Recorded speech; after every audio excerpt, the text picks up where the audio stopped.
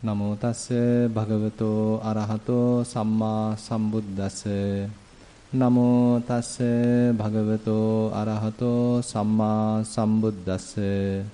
Namo tassa bhagavato arahato samma sambuddhassa. Yāvaki vañcāham bhikkave ime pañcupadānakkhandhe catuparivattang yatā bhūtang nābbaññāsiṃ Nevatavaham bhikkave sadevake loke samarake sabbrahmake sassamana brahmaniya pajaya sadeva manussaya anuttarang samma sambodhin abhisambuddhoti paccanyāsinti. Dear venerable brother, Dhamma friends, as you know, we were discussing one interesting sutta talking deeply about the 5 aggregates. So this particular sutta therefore included in the Khanda Sangyutta. In the Sangyutta Nikaya, you know the connected discourses of the Buddha, where various themes are collected together, and there is a collection which are specializing on the Khandas, or what we call as the aggregates. So these 5 aggregates. So this is a very common information. Mostly Buddha discuss 5 aggregates.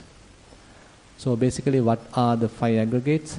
So the form aggregate, what we call as the Rupa Khandha, Rupa Upadanakkhandha, we can say form clinging aggregate.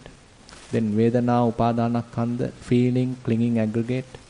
Sanya Upadanakkhandha, perceptions clinging aggregate. Sankhara Upadanakkhandha, formations clinging aggregate. And then the conscious Vijñāna Upadanakkhandha, consciousness clinging aggregate. Now, the potential is always available for clinging. So they are aggregates the way that Buddha describes, and we typically use various terminologies, we use various conventions. We say in terms of gender, we can say male, female. In terms of, say, countries, we can use various terms, names. In terms of clan, we can use Sinhala, Tamil, Muslim, blah blah, national-wise, nation-wise. But ultimately, we come to a level that all these are fairly conventional, that man-made ones. So basically, people have introduced various terms so that we can differentiate ourselves from another group, one person from another person. So likewise, some conventional realities are there, or we can say conventional norms are there, so that we can communicate properly within a group. So that is also necessary. So otherwise we can't communicate. Everything will be in a complete havoc. Everything will be in chaos, because things are not possible to distinguish, properly distinctly know. So we are using terms, we are using words, we are using sentences, we are using languages. So different conventional framework come to the picture. Grammar come to the picture. Social norms come to the picture. Rules, regulations, everything come to the picture. So that is where we are living with. We are trying to adhere to. We are trying to learn. We are trying to use. So that as a community, as a nation, as a population, we all are trying to live in harmony. But the same cause, or the same fact is causing for disharmony also. Because when we have a certain convention, so certain people like that convention, some others don't like. Some want to change that convention, some don't want to change. So now people are in conflict, have different ideas. So now they are even confronting, now they are having hostilities, now they are killing each other even, because of the conventions. So we have gone too far, we've lost the meaning. But anyway, Buddha in general give another idea, okay, they are mere 5 aggregates. Irrespective of all these conventional terms, names, words, sentences, languages, this and that, okay, what is available, happening right now, past or the future, are nothing but 5 aggregates. So these 5 aggregates are not external to us, but they are us, or they are what we call as myself. So how I can recognize 5 aggregates within myself? So how I manifest using these 5 aggregates? So what is form aggregate within this? Where are the feelings aggregate? Where are the perceptions aggregate? Where are the formations aggregate? Where are the consciousness aggregate within me? So I now need to recognize 5 aggregates within me. So otherwise this discussion will be a mere intellectual or mere superficial discussion. Rather we need to connect these 5 aggregates to ourselves. So what is form aggregate operating within me? So that I should recognize from myself. What is feeling aggregate operating within me? So that I need to recognize from myself. What are the perceptions I am using? What is that part in me? So what are the formations? That also I need to recognize from me. Similarly, I need to understand what is the consciousness aggregate. So all these 5 together we call as a man, as a woman, as a child, as a youth, as an old man. Many ways that we can talk, but intrinsically what is, we can say, available. We'll use the term availability for the time being. What is available is nothing but the 5 aggregates. So if we are able to recognize, if we are able to understand deeply about these 5 aggregates, then we are deeply learning the Dhamma also. So thorough understanding of 5 aggregates is a kind of a must in a way. We can't say immediately we have all the full comprehensive understanding of 5 aggregates. We may be learning little bit of the form aggregate in our Kayanupassana. It is not the mere book knowledge that we are trying to understand, try to develop or memorize. Rather to know directly how I can feel form aggregate. What is the function of form aggregate? How is it operating within me?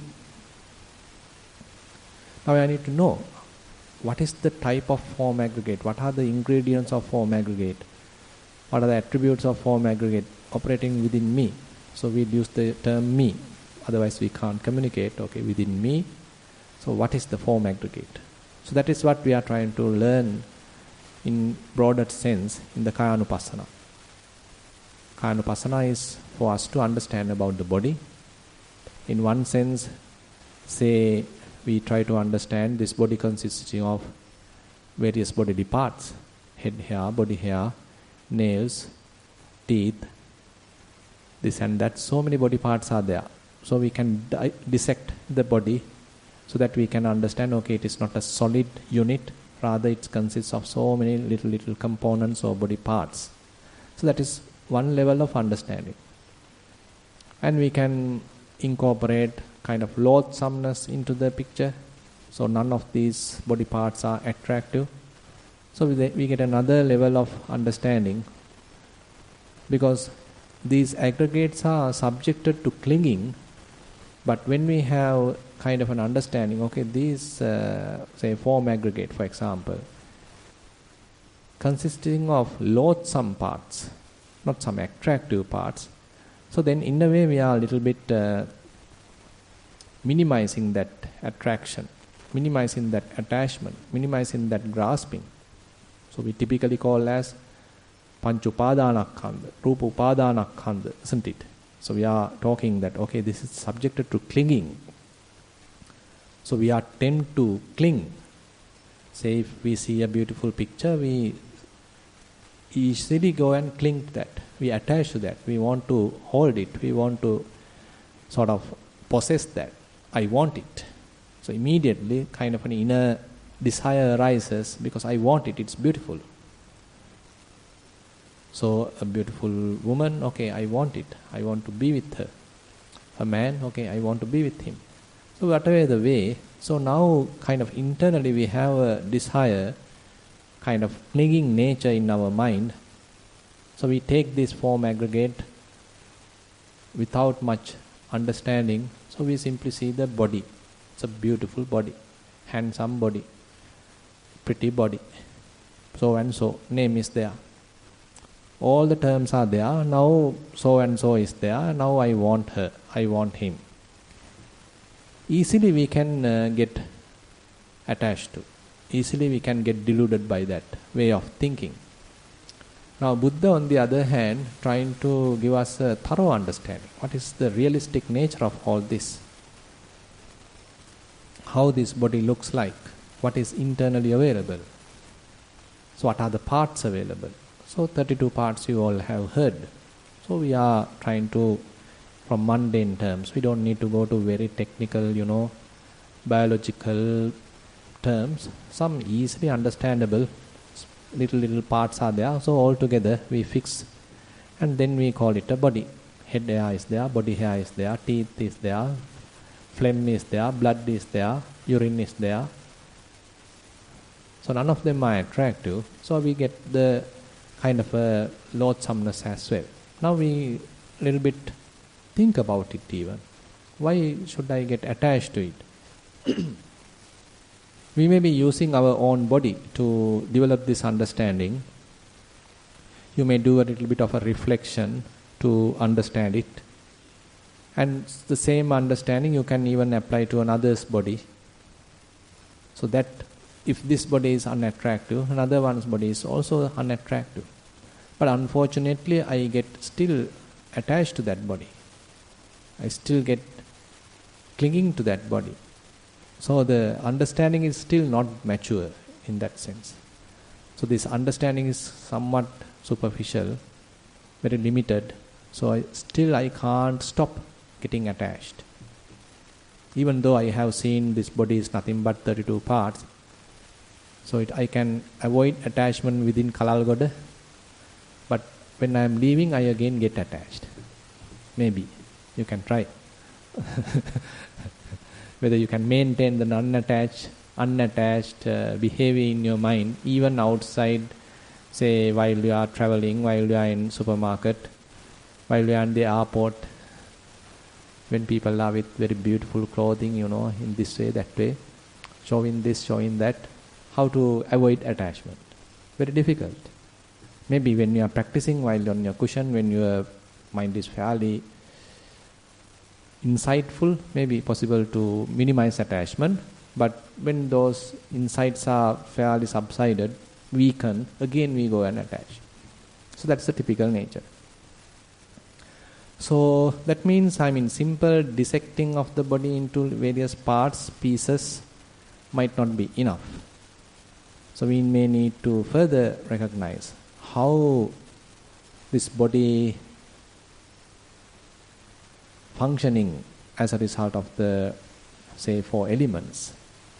So that's a kind of a deeper way of looking at it, more subtle way of looking at it. So we have discussed about like that, about the form aggregate. So similarly we discuss about the feeling aggregate, Vedana Upadana Khandha. And similarly we have discussed about the perceptions aggregate, and the last month we discussed about the formations aggregate. So we have one aggregate to talk. What's that? Consciousness aggregate. So are we all conscious? So we got to be conscious. So now we are going to talk about the consciousness aggregate. So what is consciousness? Now in this discussion, so Buddha make a kind of a categorical statement. Yava kivanchaham bhikkave ime panchupadana khandhe chatuparivattang yatha bhutan nabbanyasim. In this 5 aggregates, clinging aggregates, with their 4 forms, 4 attributes, if I didn't have the full comprehensive direct knowledge, nevatavaham bhikkave sadevake loke samarake sabbrahmake sassamana brahmaniya pajaya sadeva manussaya anuttarang samma sambodhin abhisambuddhoti paccanyasi. So till I have that full comprehensive understanding about these 5 clinging aggregates with the 4 attributes, I didn't declare myself as the Samma Sambuddha, fully enlightened Buddha, among the crowd comprising of Devas, Brahmas, Maras, and various groups of the humans.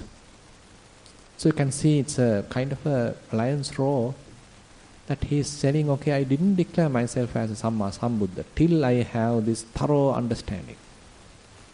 Later I had that. Then I declare myself as I am the Samma Sambuddha. So it's such a strong understanding. So we can say even for Buddha to declare himself as Samma Sambuddha, one determining factor is this thorough understanding about the five clinging aggregates. It is not that Buddha read the book and then understand, and like we do today, cram something and then write. Rather through himself, isn't it? Abhanyasing. The term used there is abhanyasing. Abhanyasing indicates direct understanding, direct knowledge. Not something external, rather directly within yourself you realized it, directly touched it. So the four attributes also we need to learn. So each and every aggregate, Buddha therefore mentioned, okay, you need to know these four attributes, these four areas with respect to form aggregate. You need to know these four attributes with respect to feelings aggregate.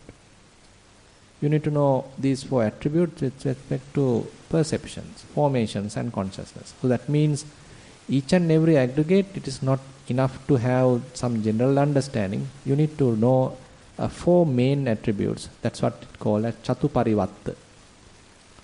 Four kinds of thorough understanding, four levels of thorough understanding. So what are they?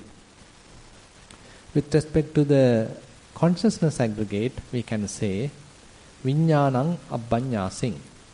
So the consciousness has to be directly known. Then Viññāna samudayaṁ abhaññāsiṁ. The reason, the cause of the consciousness also has to be directly known. Viññāna nirodhaṁ abhaññāsiṁ. So the cessation of the consciousness also has to be directly known. Viññāna nirodhagamini patipadaṁ abhaññāsiṁ. The path leading to the cessation of the consciousness also has to be directly known. Now you can see, so simple knowledge about consciousness is not enough. That means. So that is also necessary. Some theoretical understanding is the first stage. And that once we have that theoretical understanding, so we need to directly experience whatever that different consciousness types within ourselves. Then only we can say, okay, I learned the theory, now I understand the theory. Within this conscious body, within this conscious mind. So now I know, okay, what is this particular consciousness? We know what is exactly this consciousness. So that means it's necessary to have some theoretical understanding. So that theoretical understanding has to be practically known within ourselves. So interesting explanation now Buddha gives to each aggregate in this UpadanaParivatta Sutta in the Kanda Sangyutta. And he is asking the question, Katamancha bhikkhave viññāna. Monks, what is consciousness? Chaime bhikkhave viññāna kaya. Monks, there are 6 groups of consciousness. Not just one, there are 6 groups. What are they?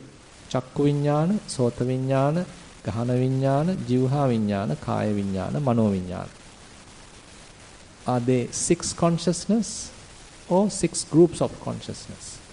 6 groups of consciousness. Chakku viññāna. Do we have single chakku viññāna or immense amount of chakku viññāna, isn't it? So the eye consciousness, you can't count how many eye consciousness would arise even within within a minute. So we are talking very instantaneous, fractional stuff. Chakku viññāna. How chakku viññāna arise? Chakkuncha paticca rūpecha uppajjati chakku viññāna. Probably you can remember in Madhupindika Sutta, Venerable Maha Kaccana give the explanation. When eye and the form come align, come to the eyesight, we can say, line of sight in today's terms, then the chakku viññāna arise, the eye consciousness arise. So how long will it last? 1 hour? Instantaneous, right? Gone. So it's momentary. So we are talking consciousness, a momentary consciousness here. So we need to familiar with these understandings from the beginning, because otherwise we come to a wrong understanding, thinking that consciousness is something that lasting for a long time or lasting forever. So those are misconceptions. Those are misunderstandings people would have. So we need to understand, okay, what we are talking as consciousness here is a causal product. So what are the causes? Say Chakku Vijnana, what are the causes? Two main causes, right? I and the form. So where are the I? Okay, we can say internal base, I base. And where the form? Many forms, right? Isn't it? So immense, uncountable number of forms are there. Say now here, I am just looking. Many forms are there. And so instantaneously, many I consciousness arising within me, we can say within me for the time being. So that means the continuous process going on and on. Now I am looking. So many consciousness arising, passing away, arising, passing away, arising, passing away. A name or a verb? I consciousness in that sense. So we'll think about it. So if something is arising and passing away, is it a noun or is it a action? A kind of an action, isn't it? So even though we are using the terms as consciousness, appear like a noun, but we can say, so they are not really a noun, actually it's a process, instantaneous processes like.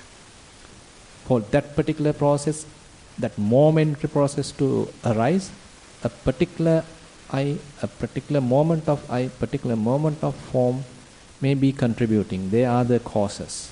As a result of that, the I consciousness arises. So likewise, some deeper stuff are there for us to clarify. Similarly, ear consciousness. So now you all are hearing. So particular sound and your ear comes together and the ear consciousness. Some knowing happens. Cognition happens. You can cognize the sound. So if there's a smell and your nose is there, it's functioning, you don't have cold. So the nose consciousness. So we are using the terms, just to differentiate. So whatever happens or arising at the nose, okay, we use the nose consciousness. Then the tongue, when we are tasting something, kind of a taste is there, tongue is there, and then the tongue consciousness happens.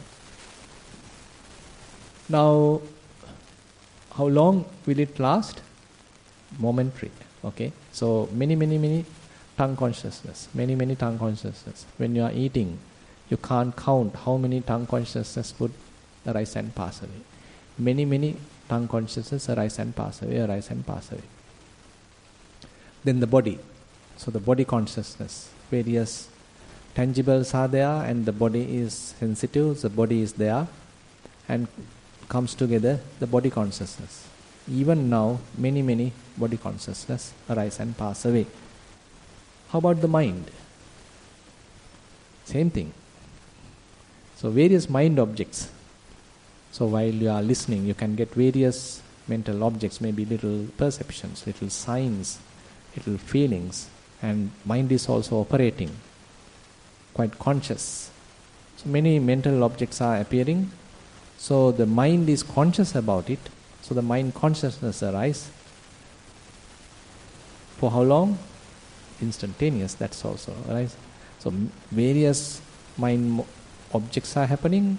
Mind become conscious about it. Mind consciousness arises. Mind consciousness arises, pass away. Mind consciousness arises, pass away. Who are we? Where am I?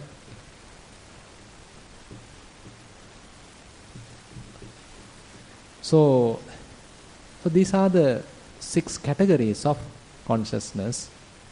So the I consciousnesses, ear, nose, tongue, body, mind. So these are the ones what we call as myself. I am here. My name is this. These are all terminologies that we are using for these 6 consciousness happening again and again. And not only that, the form aggregate is also there, functioning. Feeling aggregate also functioning. Perceptions aggregate is also functioning. Formation aggregate is also functioning. And we just now describe only about the consciousness aggregate. Very complicated, isn't it?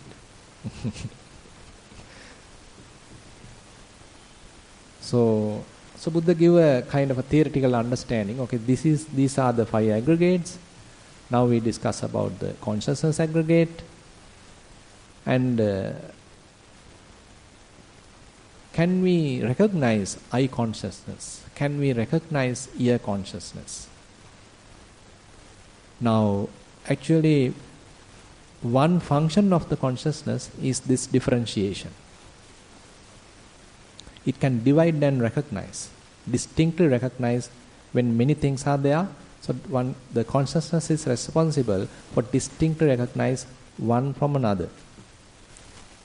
So right now, assume that we have 40 people. So I can say distinctly recognize each one of you. So that is, in one sense, the function of the consciousness.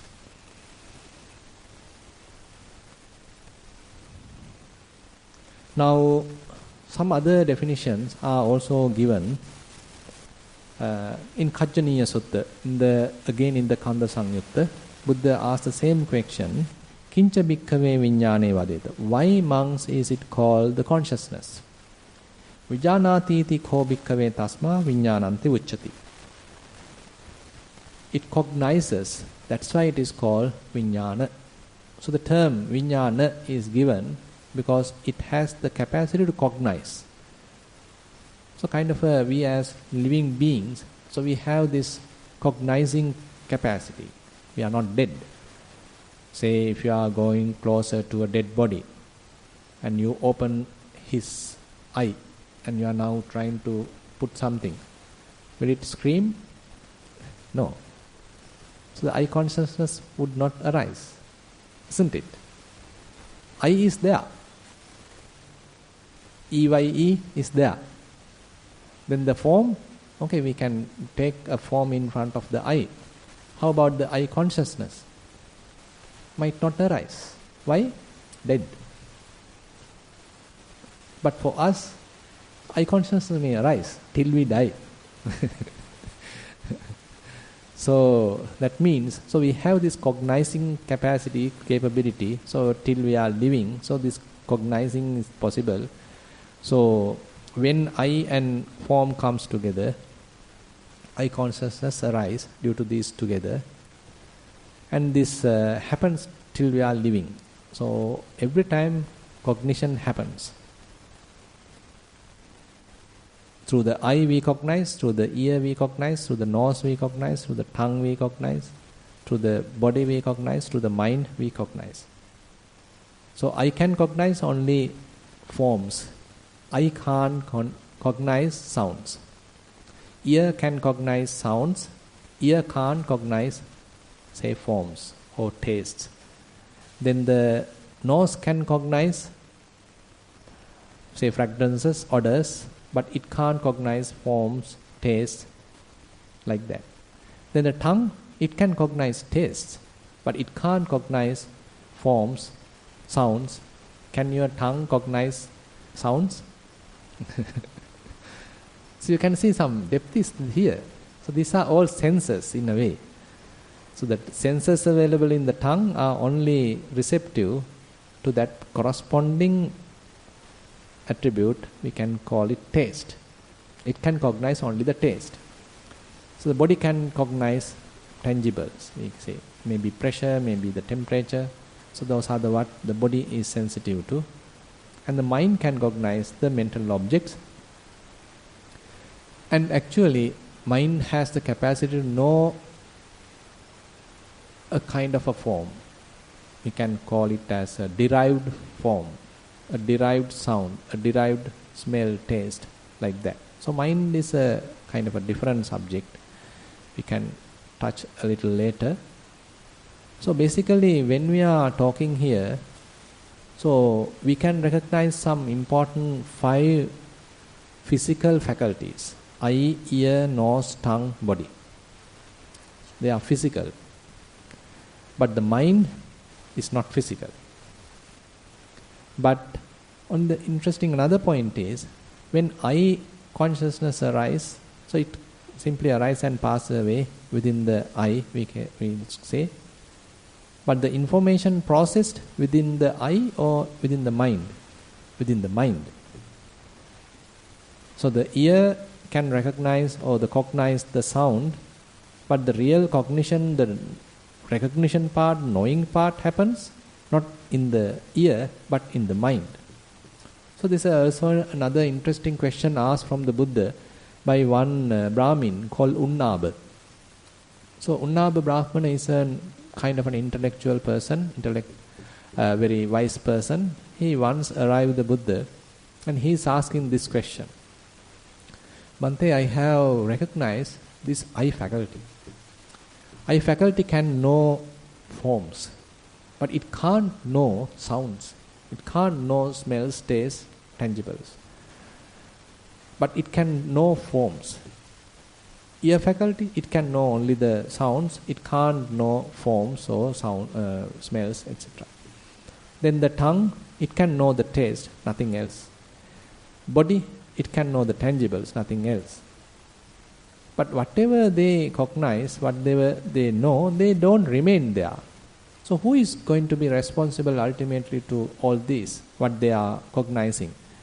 Who is the one who is actually ultimately is using the term like eating all this data, whatever the food taken by the faculties? So what is the answer? Mind. Yes. So mind is the one ultimately recognizing, doing the all analysis, giving the names, terms, thinking, everything happens in the mind level. Now, and the cognition further Buddha explained, Vijanati ko bhikkave tasma viññānanti mujjati. Cognizing, that's why it is called viññāna. And kincha vijanati. So what mind cognizes? Further explanation Buddha gives. He say, ambilampi vijanati. That means if assume that we are eating something, at that moment, now say you take a lump of rice. It is mixed with so many things. Now you are chewing it. So what is the taste that you are recognizing? Is it one taste or two tastes or three tastes? How many? Many tastes, right? So ambilampi vijanati. So Buddha said the sour that it can recognize. Titta kampi vijanati. If it is bitter, that bitter taste one can recognize. Katu kampi vijanati. Pungent.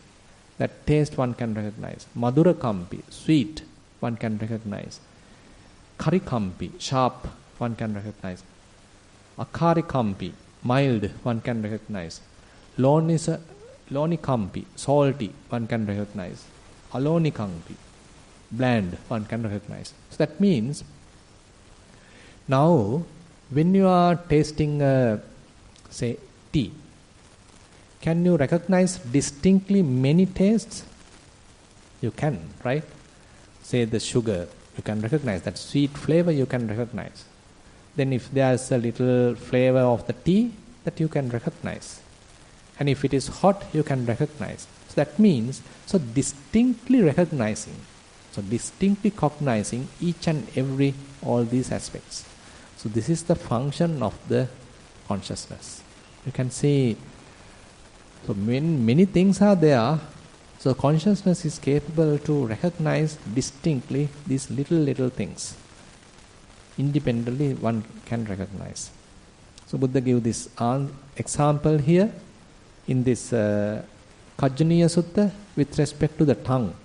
So when you are eating, when you are tasting something, so if there are many tastes available, so consciousness is responsible for recognizing each and every little thing. And with respect to feelings, Buddha gave another explanation in another sutta. It is in the Mahavedalla Sutta. So there are also the same explanation given why is it called consciousness. Buddha say it is because of Vijanati. That's why it is called consciousness. Actually the explanation is given by Venerable Mahasariputta to Venerable Kottita. So Venerable Sariputta give the explanation in terms of the feelings. When there are different feelings, Venerable Sariputta say, so he can recognize, oh, this is a pleasurable feeling. This is a painful feeling. This is a neutral feeling. So among many types of feelings, this consciousness is responsible for recognizing different feelings. So it's a function of the cognition, function of the consciousness to distinctly know these different characteristics.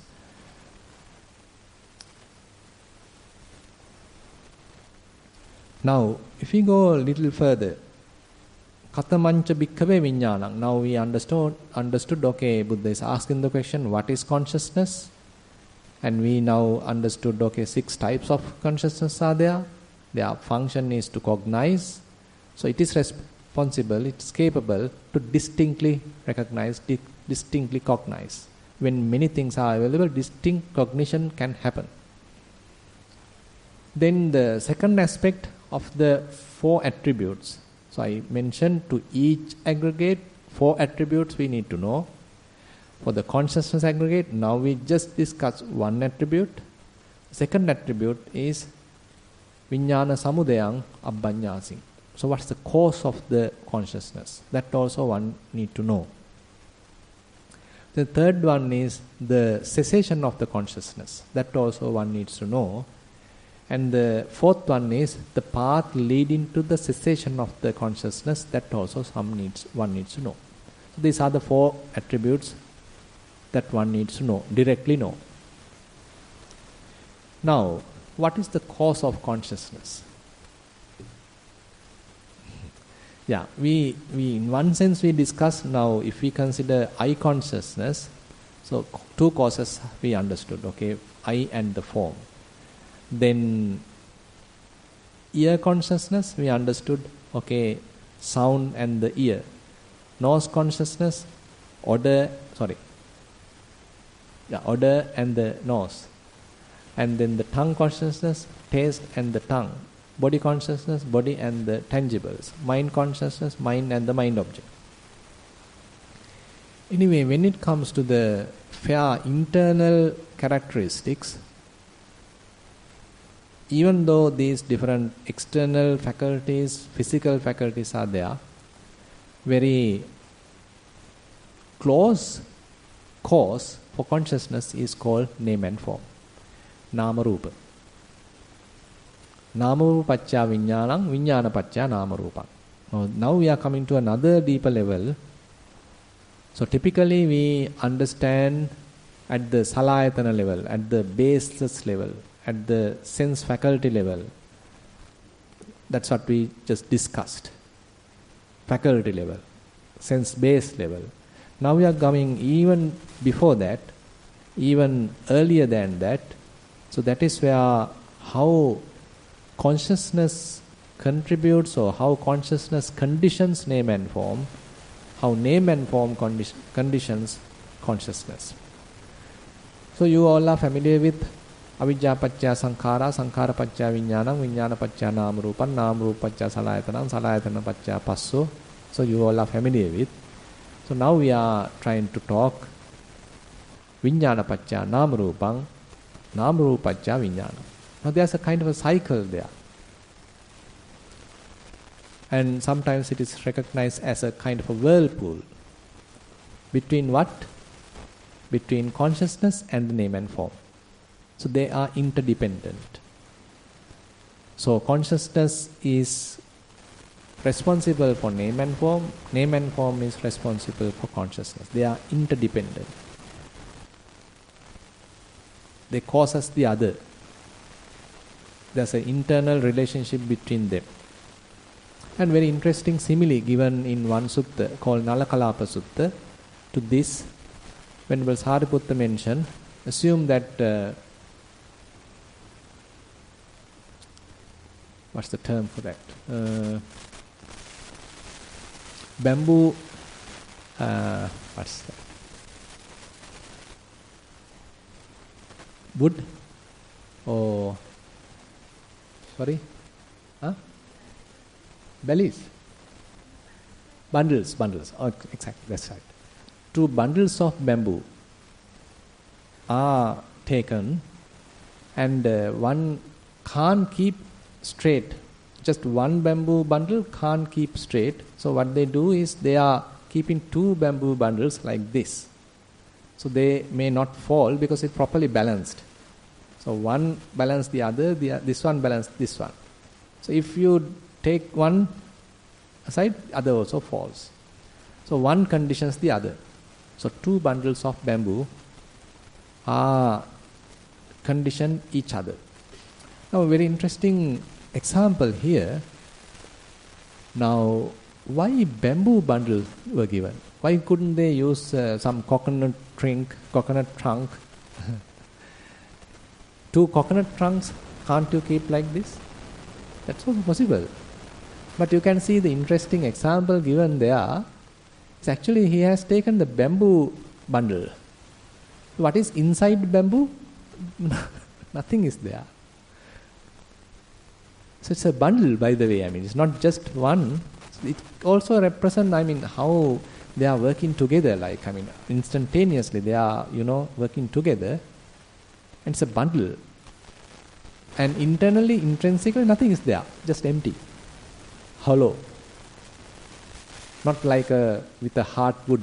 Say if you take a jack trunk and another jack trunk, so we can say, okay, it's a very expensive and useful. I can take it home so that I can prepare a chair. But this empty bamboo bundle, useless. You can put to the stove to take some fire. That's all. You can see the simile also indicates certain amount of dispassion. The simile also indicates kind of a philosophy. This is a kind of a bundle in one sense, and internally nothing is there. There is nothing substantial. But causing one another, helping one another. And another interesting example actually Katukurunde Jnananda Thero gives, that's also very, very interesting. Suppose that you are going to a theatre, a cinema hall, and suppose it is a morning or evening show, and so that you need to close all the doors. You need to close all the windows. Why? Why you need to close the door? Now assume that now there's a, what's that called, screen. White screen is there. Now if you want to see the cinema, now what's the first thing to do? You have to close the doors. So they ring the bell. Now they are going to, I don't know, they typically ring 3 bells. I don't know if the same procedure is still followed. I haven't been to a cinema for a long time.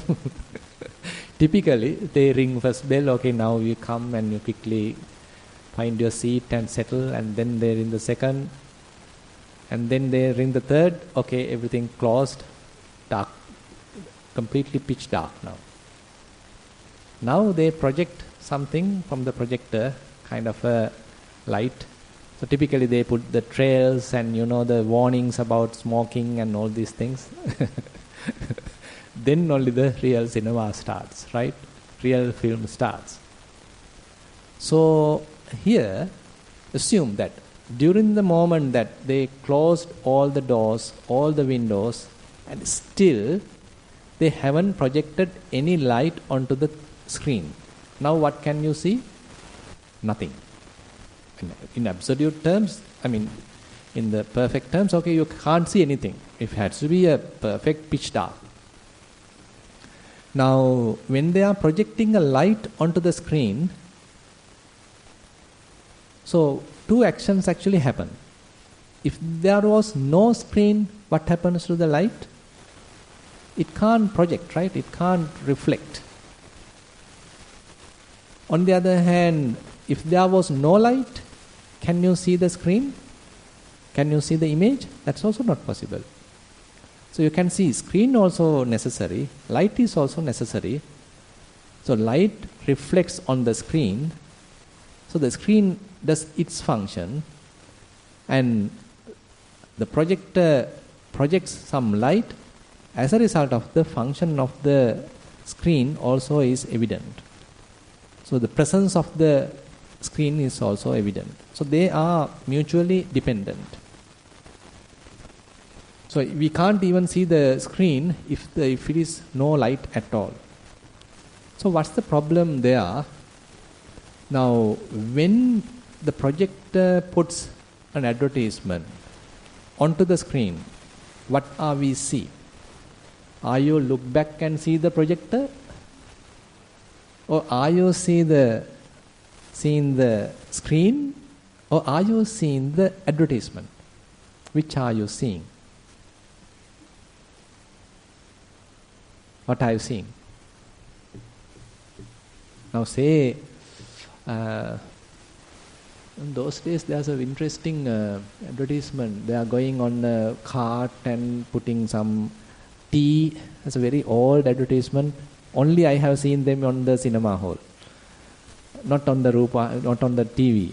Can't remember that name of that tea. Can you remember anyone?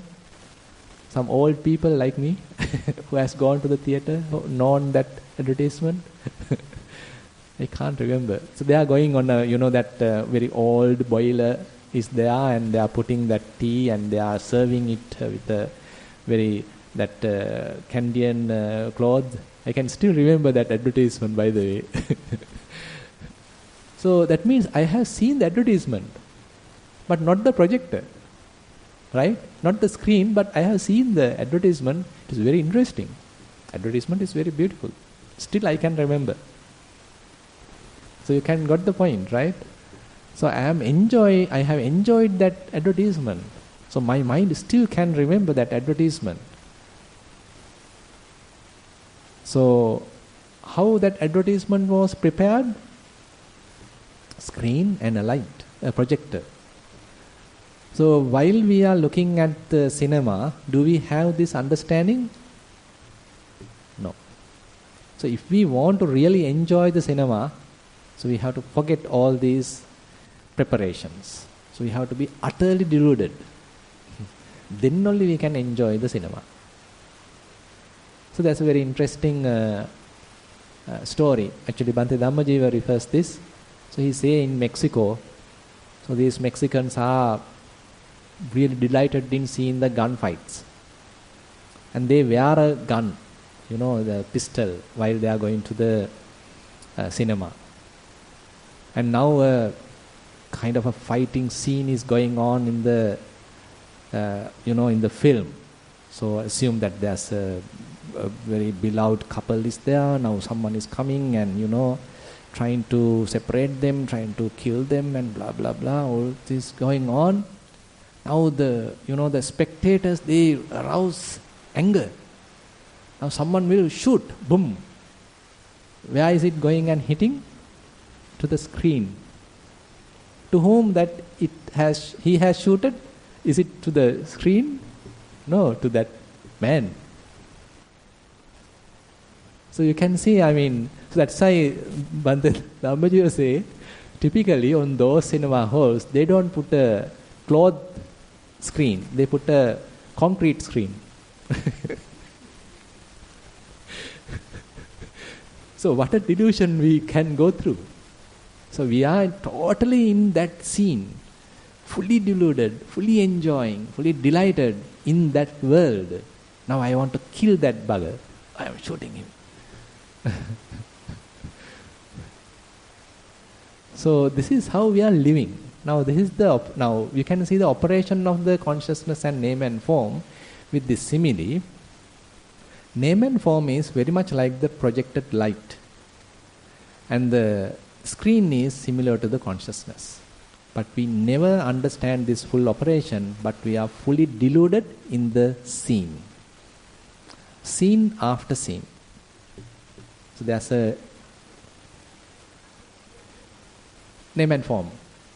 The projector is the name and form, the screen is the consciousness.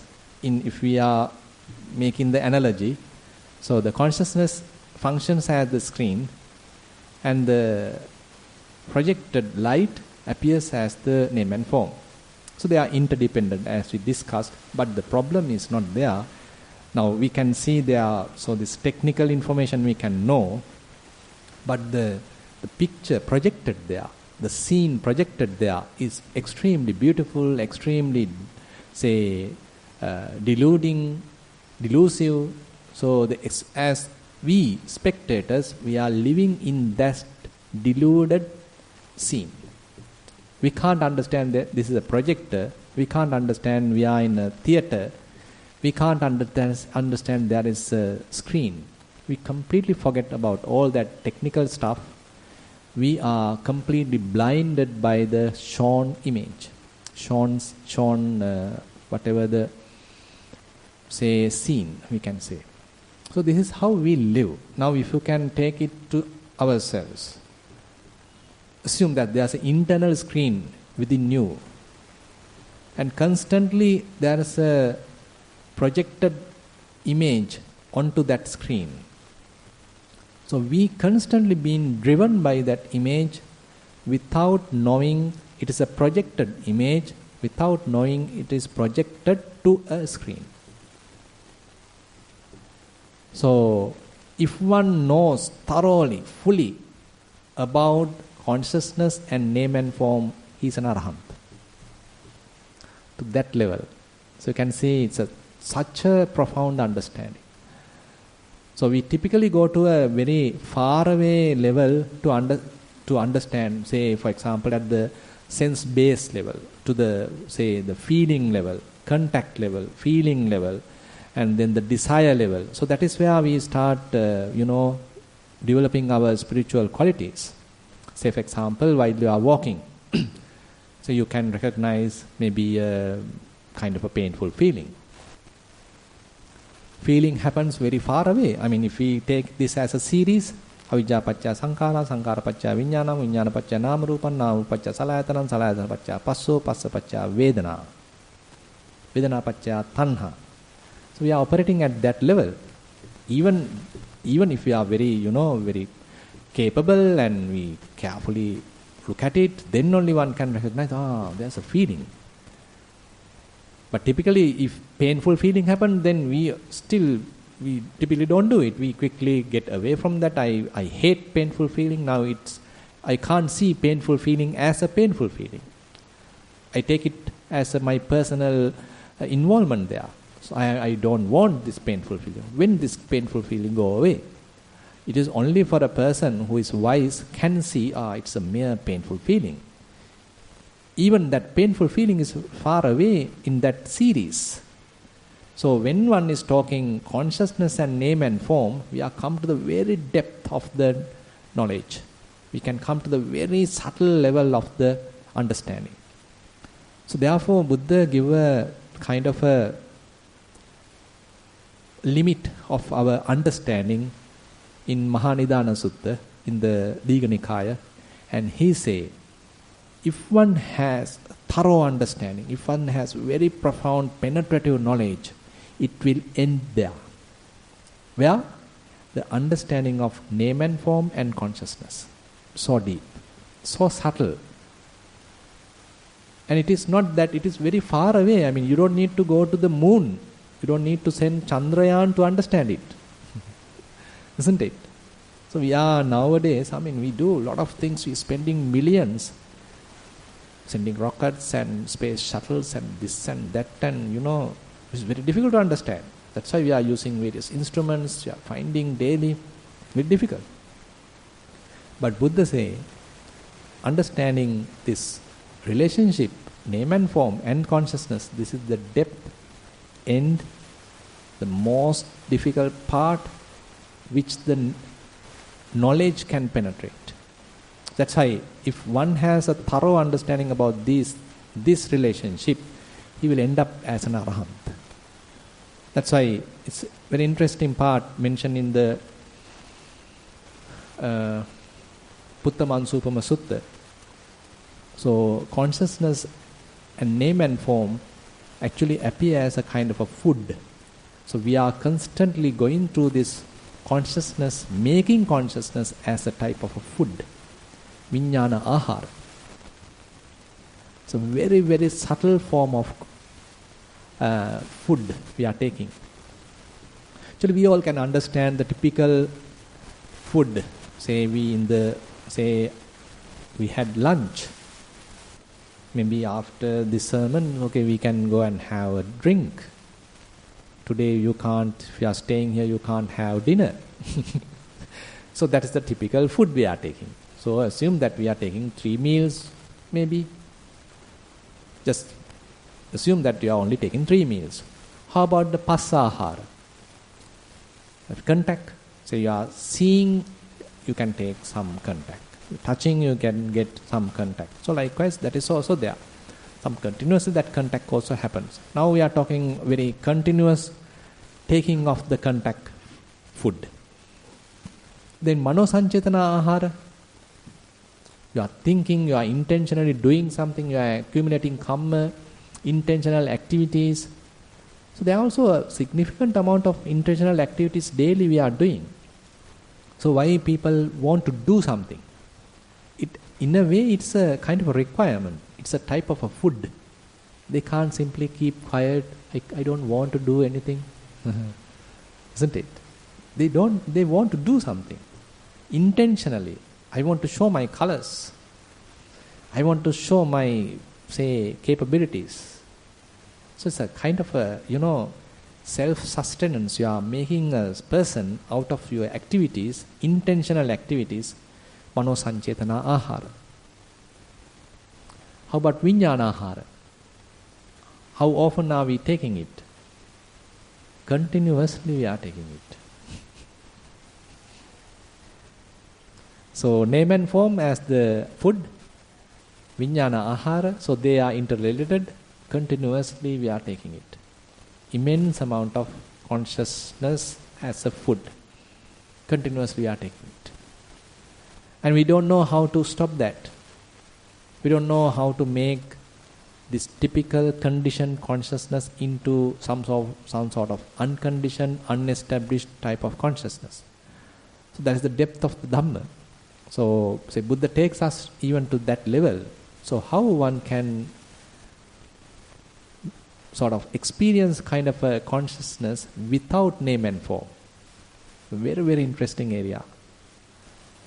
So Buddha is taking us through the insight meditation, through Vipassana, where consciousness is no more entangled in name and form. So there you have a kind of a unestablished consciousness, unmanifested consciousness. So we'll talk them maybe tomorrow.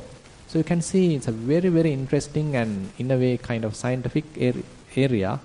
So this consciousness aggregate has all these different interesting information, and we'll discuss further tomorrow on how to deal with it and what are the possibilities available through Vipassana to understand all this. And with that note, I'd like to conclude today's Dhamma sermon. Thank you very much for attentive listening.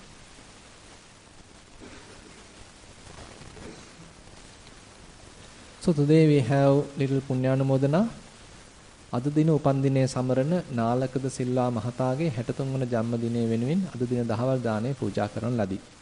නැසීගේ දෙමාපියන් සහ ඥාතීන්ටද සුජීවත්ව සිටින මෑණියන්ටද විදේශයක රැකියා කරන භාතිය පුතාට සහ ශෙහාරේ දුවට සෙත් පතාද අප සැමටත් නිවන් මඟ වහවහ අවබෝධ වේවායි පින් සිතින් පූජා කළ දානයකි.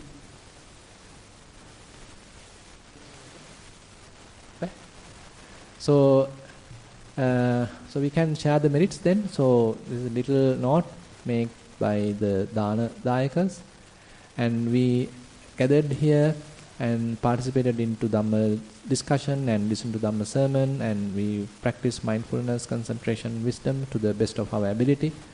All these things have caused to accumulate some merits. We share these merits with all the celestial beings, all relatives, and whoever in need of merits. And we wish these merits help us also to understand Buddha's teaching. While keeping these good wishes in our mind, let's recite the traditional verses. එත්තාවතාච අම්හෙහි සම්බතං පුඤ්ඤ සම්පදං සබ්බේ දේවා අනුමෝදන්තු සබ්බ සම්පatti සිද්ධියා එත්තාවතාච අම්හෙහි සම්බතං පුඤ්ඤ සම්පදං සබ්බේ භූතා අනුමෝදන්තු සබ්බ සම්පatti සිද්ධියා එත්තාවතාච අම්හෙහි සම්බතං පුඤ්ඤ සම්පදං සබ්බේ සත්තා අනුමෝදන්තු සබ්බ සම්පatti සිද්ධියා ආකාසට්ඨා ච බුම්මට්ඨා දේවා නාග මහිද්దికා පුඤ්ඤන්තං අනුමෝදිත්වා චිරං රක්ඛන්තු ශාසනං ආකාසට්ඨා ච බුම්මට්ඨා දේවා නාග මහිද්దికා පුඤ්ඤන්තං අනුමෝදිත්වා චිරං රක්ඛන්තු දේශනං ආකාසට්ඨා ච බුම්මට්ඨා දේවා නාග මහිද්దికා පුඤ්ඤන්තං අනුමෝදිත්වා චිරං රක්ඛන්තු මම් පරං ඉදං වෝ ඥාතීනං හෝතු සුඛිතා හොන්තු ඥාතයෝ ඉදං වෝ ඥාතීනං හෝතු සුඛිතා හොන්තු ඥාතයෝ ඉදං වෝ ඥාතීනං හෝතු සුඛිතා හොන්තු ඥාතයෝ ඉමිනා පුඤ්ඤ කම්මේන මාමේ බාල සමාගමෝ සතං සමාගමෝ හෝතු යාව නිබ්බාන පත්තියා ඉමිනා පුඤ්ඤ කම්මේන මාමේ බාල සමාගමෝ සතං සමාගමෝ හෝතු යාව නිබ්බාන පත්තියා ඉමිනා පුඤ්ඤ කම්මේන මාමේ බාල සමාගමෝ සතං සමාගමෝ හෝතු යාව නිබ්බාන පත්තියා සාදු සාදු සාදු